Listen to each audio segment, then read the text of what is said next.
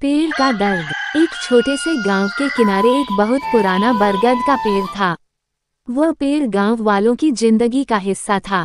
बच्चे उसकी शाखाओं पर झूलते, बुजुर्ग उसकी छाया में बैठकर बातें करते और पक्षी उसके घोंसलों में बसेरा करते।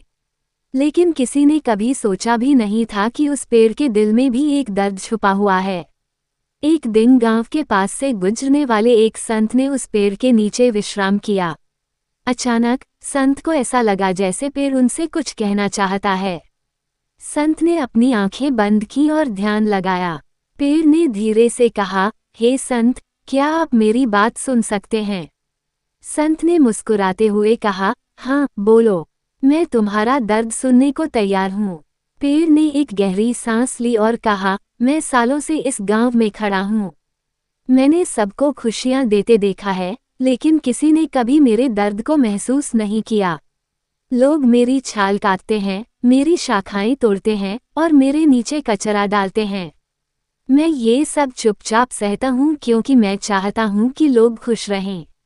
लेकिन कभी कभी मैं सोचता हूँ, क्या मेरी खुशी का कोई मोल नहीं? संत ने ध्यान से पेड़ की बात सुनी और कहा, तुम्हारी बात सच है। लोग अक्सर दूसरों के त्याग को नजरअंदाज कर देते हैं, लेकिन तुम्हारा दर्द व्यर्थ नहीं जाएगा। तुम्हारी सेवा से यह गांव हरा भरा और जीवंत है। पेड़ ने कहा, मुझे इस बात का गर्व है कि मैं दूसरों के लिए उपयोगी हूँ। लेकिन कभी कभी मैं चाहता हूँ कि लोग मुझे सिर्फ एक संसाधन नहीं, बल्कि एक जीवित अस्तित्व समझें। संत ने पेड़ की इस बात पर गहराई से सोचा।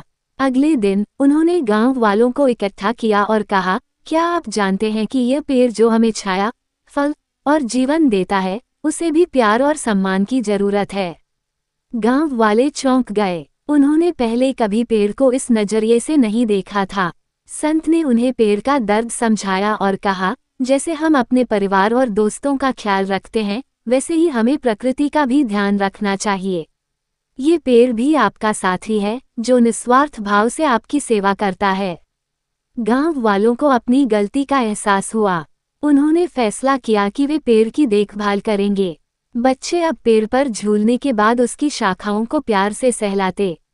बड़े लोग पेड़ के नीचे सफाई रखने लगे। कुछ समय बाद वह पेड़ पहले से भी ज्यादा हरा भरा और खुश नजर आने लगा। गांव वालों ने महसूस किया कि जब उन्होंने पेड़ को सम्मान और प्यार दिया, तो पेड़ ने और भी अधिक छाया, फल और ताजगी दी। ये कहानी हमें सिखाती है कि हमें प्रकृति के प्रति संवेदनशील और आभारी होना चाहिए। पेड़, नदी, हवा, ये सब हमें बिना किसी स्वार्थ के जीवन देते हैं।